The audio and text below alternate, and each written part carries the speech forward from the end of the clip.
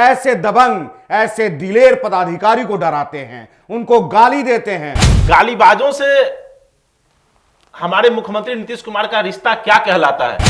यही शोभा अहोतकर अपने जूनियर पदाधिकारियों को, बिहार पुलिस के बड़े पदाधिकारियों को दोषारोपण कर रही थी, लापरवाही का आरोप लगा रही थी, गाली दे रही थी। बिहार और बिहारियों को कब तक गाली देंगे बाहर के पदाधिकारी? सवाल यह भी बनता है। विकास वैभव एक इतने दिलेर पदाधिकारी हैं, जितने वो दिलेर हैं उतने ही शालीन व्यक्ति हैं। जिस पदाधिकारी के डर से, जिस आईपीएस के डर से अपराधी मतलब जिला छोड़ देते थे, राज्य छोड़ देते थे, आज वो डर के लगता है कि अपने पद को छोड़ने के लिए लगातार आवेदन दे रहा है कि हमको इससे मुक्त कर दीजिए। सीएम नीतीश कुमार के बेहद करीबी माने जाते हैं के पाठक। उन्होंने चिट्ठी लिखा है, उस चिट्ठी में उन्होंने लिखा है कि मेरे परिवार के लोगों के जान को खतरा है, मेरे जान को खतरा है, इसलिए मुझे इस सूबे से तबादला कर दिया जाए। और वो के पाठक बिहार प्रशासनिक सेवा के अधिकारियों को सभागार में ऑन द कैमरा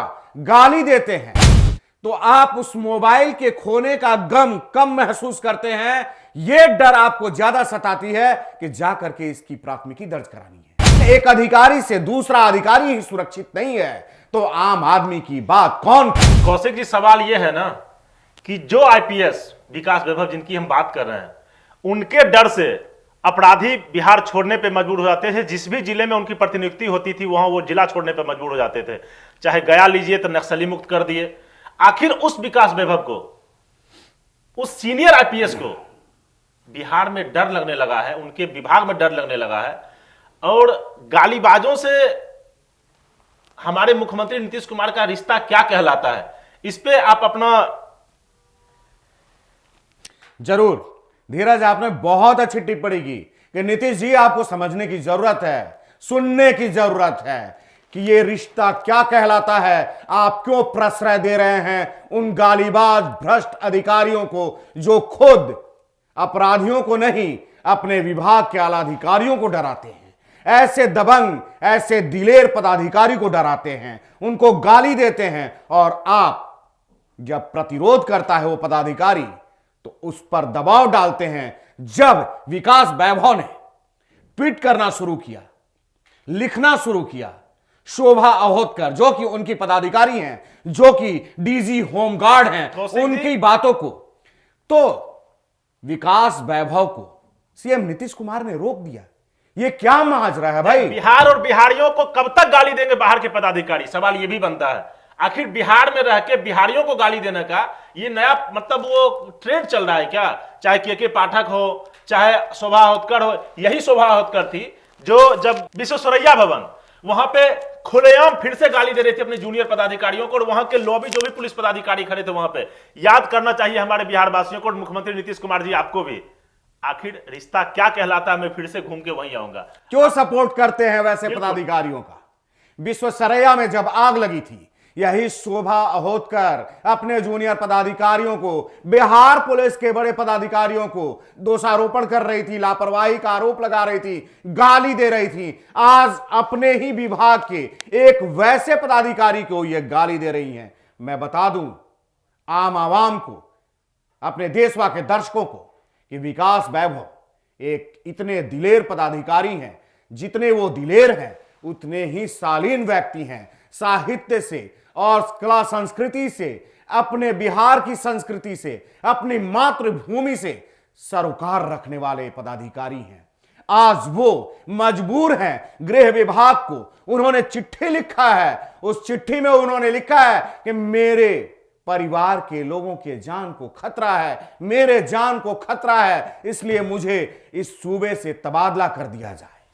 और सबसे बड़ी बात है ना कौशिक जी कि विकास वैभव ने पहली बार नहीं शिकायत किया, उन्होंने अपने बड़े पदाधिकारियों से बहुत बार शिकायत किया था। जब नहीं हुआ तो उनका दर्द छलका ट्विटर पे जाके।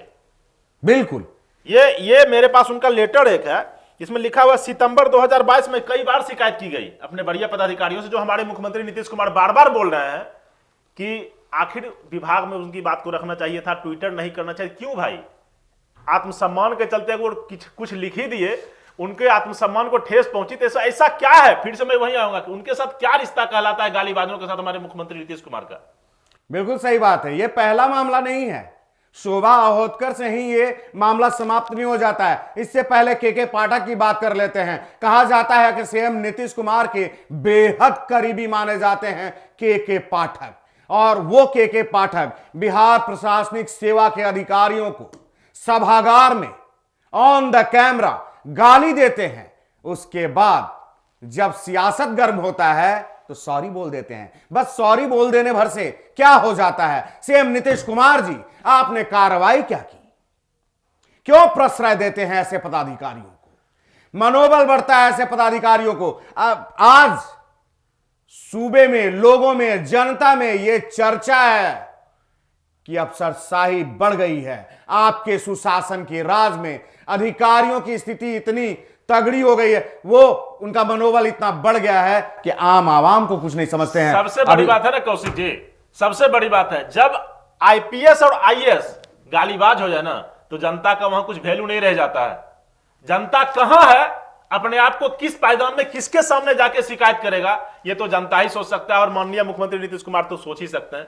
इसके आज कंडीशन ये है, मैं बता दूं आप लोगों को, कि आम आदमी जो है, आम आदमी किसी अधिकारी से मिलने में डरता है, जैसे अंग्रेज पदाधिकारी से मिलने में लोग डरा करते थे। आपके घर से एक मोबाइल, आपका मोबाइल अगर गुम हो जाए ना, तो आप उस मोबाइल के खोने का गम कम महसूस करते हैं। यह डर आपको ज्यादा सताती है कि जाकर के इसकी प्राथमिकी दर्ज करानी है, बिल्कुल थाने में। बिल्कुल आपको यह दर्द रहता है, यह डर रहता है, अरे बाप रे, मोबाइल तो खो गया, मुझे थाने में जाना है, इसकी सूचना देनी है।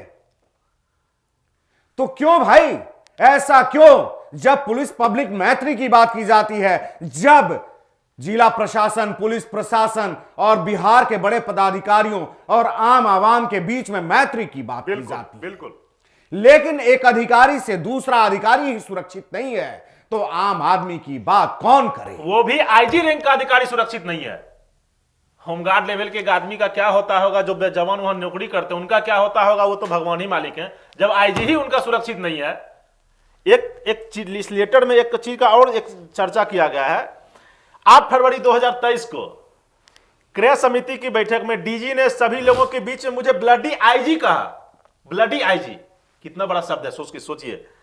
और 3 बार अपमानित किया गया उनको इस तरीके से। ये चौथा बार था जब उन्होंने इस बात को ट्विटर के माध्यम से रखा। साहस नहीं पड़ा, क्योंकि उनको लगा कि अब कोई मदद करने वाला है नहीं। जो जिस पदाधिकारी के डर से, जिस आईपीएस के डर से अपराधी मतलब जिला छोड़ देते थे, राज्य छोड़ देते थे, आज वो डर के लगता है कि अपने पद को छोड़ने के लिए लगातार आवेदन दे रहा है कि हमको इससे मुक्त कर दीजिए, हमको किसी दूसरे विभाग में भेज दीजिए। आपका क्या कहना है इस पे? मैं एक बात और कहना चाहूंगा धीरज, ये वो वैभव है बिहार का, ये वो वैभव है बिहार का जिसकी तारीफ वो अपराधी करते हैं, जिन अपराधियों को सलाखों के पीछे इन्होंने पहुंचाया। अभी सामयिक चर्चा में कर रहा हूं, सामयिक विषय है ये। अनंत सिंह इसी मामले को लेकर के और विकास वैभव का सपोर्ट कर रहे हैं। उन्होंने ट्वीट किया है, अपने समर्थकों से उन्होंने अपील किया है कि आप अपने बिहार के इस अधिकारी और बिहार की अस्मिता को बचाइए, इनका समर्थन कीजिए। आपको बता दूं, ये वही अनंत सिंह हैं और ये वही विकास वैभव हैं जिन्होंने AK-47 मामले में अनंत सिंह जैसे बाहुबली विधायक को, नेता को सलाखों के पीछे पहुंचाया। और अनंत सिंह आज 10 वर्ष की सजा काट रहे हैं और वो अनंत सिंह इस विकास वैभव के समर्थन में खड़े हो गए हैं। तो सोचिए, विकास वैभव वो शख्सियत है, विकास वैभव वो शख्सियत है कि अपराधियों को मारा नहीं, सुधारने का काम किया। और अपराधी भी जिसके बारे में तारीफ करने से नहीं चूकते। तारीफ करने का एक वजह है ना, विकास वैभव ने अपने वर्दी का धौंस किसी पे दिखाया ही नहीं।